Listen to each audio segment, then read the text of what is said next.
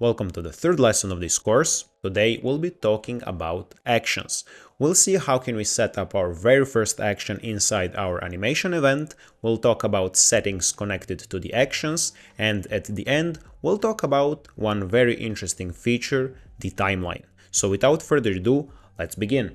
In this example we are going to animate our hero section here, but before we set up a interaction event to this section, let's firstly see what we are going to animate.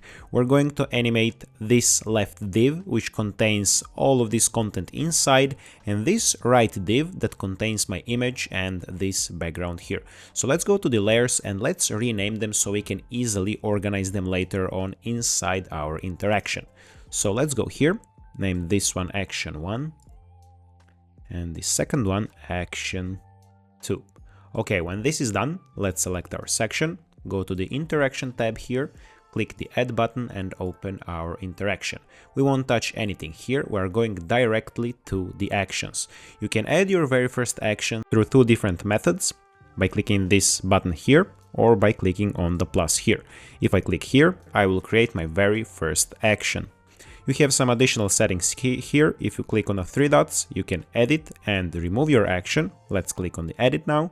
I will get this pop-up here with a bunch of different options connected to my action. The very first field here is the name. Here I can set up a name for my action. So let's name it our very first action. Let's hit the save button. And as you can see, I've successfully renamed my action here. And let's go back inside the editing mode. You don't need to go here and to edit button every single time. You can just simply click here and the pop-up for editing will be opened. Now the next option here is actually called the action. Let's open the drop down. Here you can see a bunch of different options, and all of these options will take a lot of time to explain. So we will have a separate explanatory videos for every single option here. For now, we are going to stick to the default animate option. Into the delay field, you can set up delay for your action. Into the duration field, you can set up how long your action will last. We're going to skip the initial state for now, and we're going to pay our attention to these two target methods. Here we can specify which tags will be animated. If I open this dropdown, you will see a list of tags available. Here you can see our hero section. This section is shown here because this is the tag on which we've set our interaction event. If you set our interaction event on a different tag, then we'll get that tag here and the list of child items inside of that tag. If I scroll down a little bit, you can see all the tag available on my page. So let's go back up, and here we can see our action 1 and action 2 divs that we previously named inside our layers. Now I can just simply select them by clicking here, but let me show you how can you find your tags if you have a bunch of tags and you cannot find them. Well, simply you just type the name of your tag, and as you can see, my action 1 and action 2 divs are filtered here just as I typed here. So let's select our action 1 div here. Now let's pay our attention to the second target option. This one is advanced targeting, which we'll cover in some of the next videos. So let's close this pop-up for now and remove this here. Now this last part of this pop-up here is where the magic actually happens. Here you style your animation. You have this easing field on which you can set the easing method for your animation. I'm going to set one of my favorites, ease out Bezier. And here you can set actual CSS styles to your animation. Simply click on the add button, you will get this pop-up here, open this drop down, and here you have the list of all CSS styles available which you can set on your target. Let's select the opacity. This is actually the default one. And here you can see two different fields, from value and to value. This is actually the starting position of your animation, and this is the end position of your animation. So let's type something here like 0% opacity, and here 100% opacity. And let's actually set the duration here of 2000 milliseconds or 2 seconds, hit the save button and hit the preview mode. And now you can see that this div, which we targeted previously, is getting these styles. It goes from 0% opacity to 100 opacity here when my animation triggers. So let's take a look at that again, and you can see that it works exactly as we specified it here.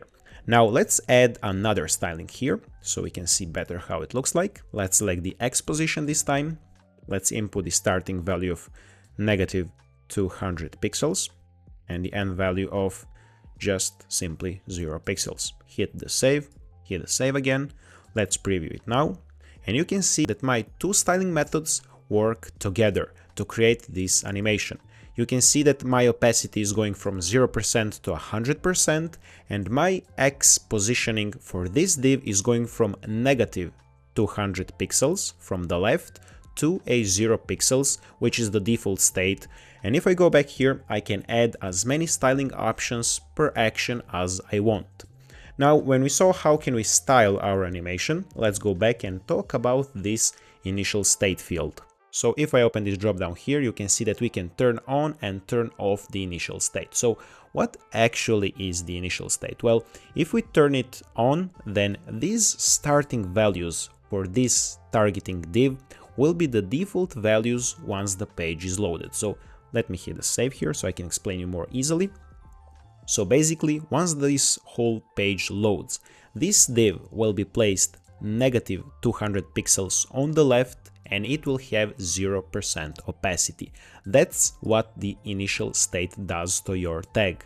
Of course, in some cases you don't want your animation to work that way and you can simply turn off the initial state.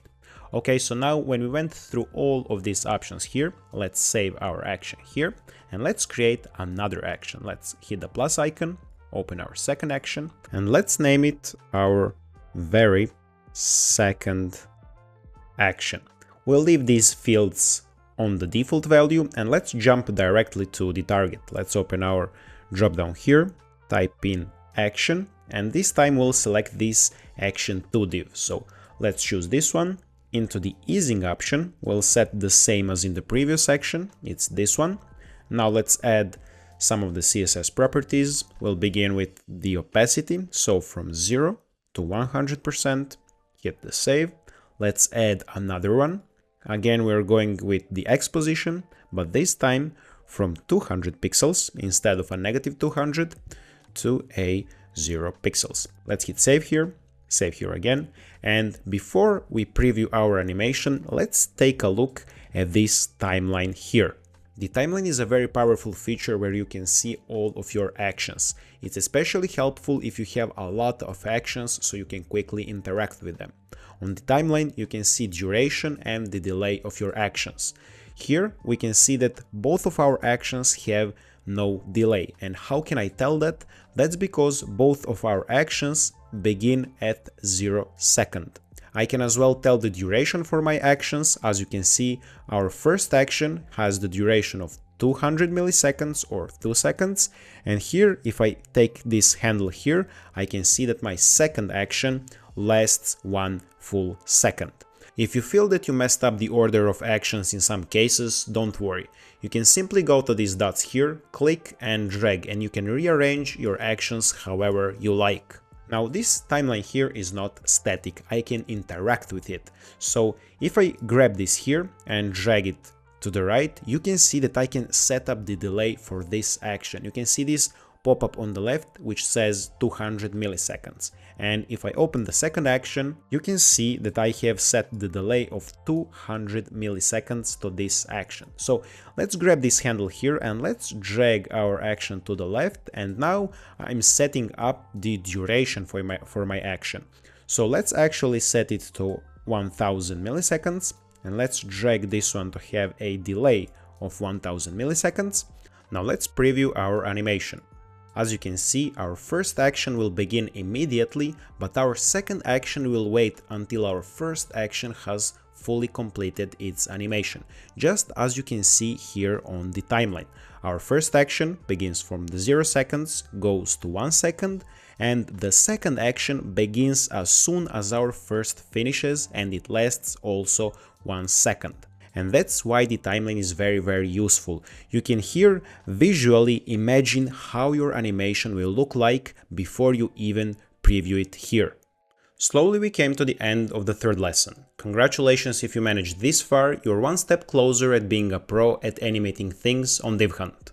In the next lesson, we're taking things one level higher, so without waiting anymore, I'll see you there.